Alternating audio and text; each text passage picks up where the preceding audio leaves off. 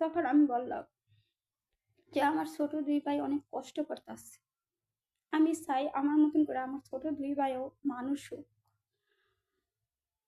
আমার ছোট দুই ভাই একটু লেখাপড়া করুক। আর আমার বড় ভাই মমিন তো কষ্ট করে আমার বাসায় কাজ করেই বড় হইতেছে, কই কাজ করে তাও জানি না।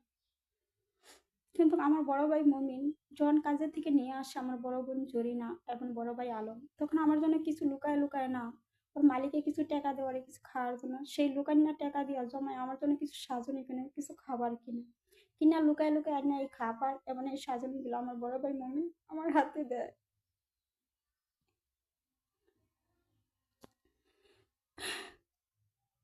কিন্তু এগুলো যে আমার বড় বোন জরিনা এবং আমার বড় ভাই আমিন কিংবা ভাবি সাবিনা দেখে ভালো, তাহলে আবার মমিনও মারে আমারও মারে।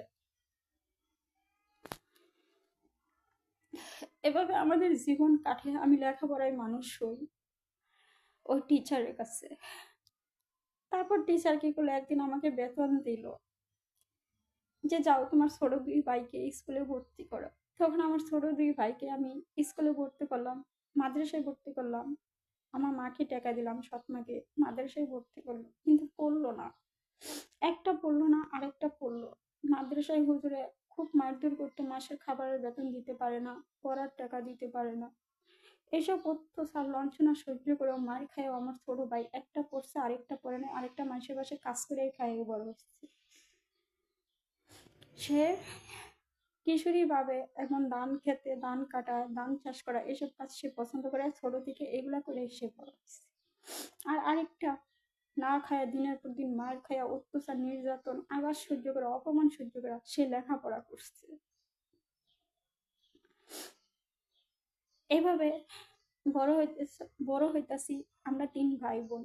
আমার বড় ভাই মমিন এরকম খবর নাই, খুব দুঃখে জীবন কাটে, খালি চোখে পানি আর বেশি কিছু না। কিন্তু একদিন আমার বড় বোন জরিনা আর বড় ভাই আমিন বুদ্ধি করলো, আমি মানুষ কিভাবে সুখে আছি, বড় হইতাছি, হয়তো বা ওদেরকে সাইডা যাবো গা, ওদেরকে ইনকাম করে কোনো টাকা দিব না, তাই আমাকে নিয়ে আসার বুদ্ধি করলো। যে টিচারের কাছে আমি বড় হইতেছি লেখাপড়া শিখে, এর কাছ থেকে নিয়ে আসার বুদ্ধি করলো। গিয়া নিয়ে আসলো, টিচার দিবে না এবং টিচারকে মামলা দেওয়ার হুমকি দেখাইলো। এবার আমার মায়ের, সৎ মায়ের কাছ থেকেও আমাকে নিয়ে গেল। নিয়ে যাওয়ার পর তখন আমার বয়স ছিল 8 বছর, কি 8.5 বছর কি 9 বছর, যাই হোক, যেহেতু আমি ছোট, নিজের বয়সটা আমি খেয়াল করতে পারিনি, হয়তো কম বেশি হইতে পারে তখন বয়সটা। নিয়ে আসলো, আর নিয়ে আসার পর আমার বড় ভাই বোন এবং কি ওই টিচারের কাছে যে আমি লেখাপড়া করছি, টিচারে যে কিছু টাকা দিত, সেই টাকা দিয়ে আমার ছোট দুই ভাইকে পড়াইতাম, সেই টাকার হিসাব চাচ্ছে, নাহলে টিচারকে মামলা দিবে, হুমকি দিল আমার বড় ভাই আমিন এবং বড় বোন জরিনা। কিন্তু টিচার ভয় পাইল না। আমার বড় বোন জরিনা এবং বড় ভাই আমিন বাসায় এনে আমাকে অনেক মারলো, কেন আমি হে টিচারের কাছে গিয়ে আশ্রয় নিলাম আর কেন মানসিকভাবে বড় হইলাম।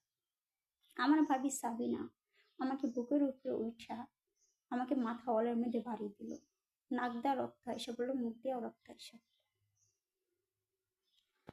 এরকম আঘাত সহ্য না করতে পাইরা আমি ওদের কাছ থেকে আবার সৎ মায়ের কাছে চইলা গেলাম। এরকম কইরা তখন তো ওই টিচারও আমার নেয় না, সৎ মায়ের কাছে যাই, পারলে এক মুঠ ভাত দেয় কিংবা একবেলা ঘুমাইতে দেয়, কিন্তু আমার কেউ মানে নিজের দায়িত্বশীল হইয়া কেউ আমাকে দেখে না।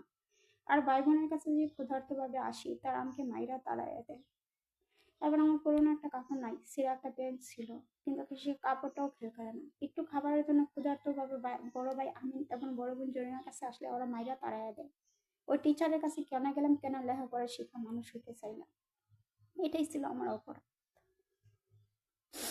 কারণ ওর কাছে না গেলে তো ওরা টাকা বুক করে খাইতো, আমার কাজ করে মানুষের বাসায়। টিচারের কাছে যদি আমি না যাই, তাহলে তো আমার বড় ভাই বোন মানুষের বাসায় কাজ করে, ওরা টাকা বুক করে খাইতো, এটা ওরা বলতেছে আমাকে। এই জন্য আমাকে আমার বড় ভাই বোন এক গ্লাস পানিও দেয়।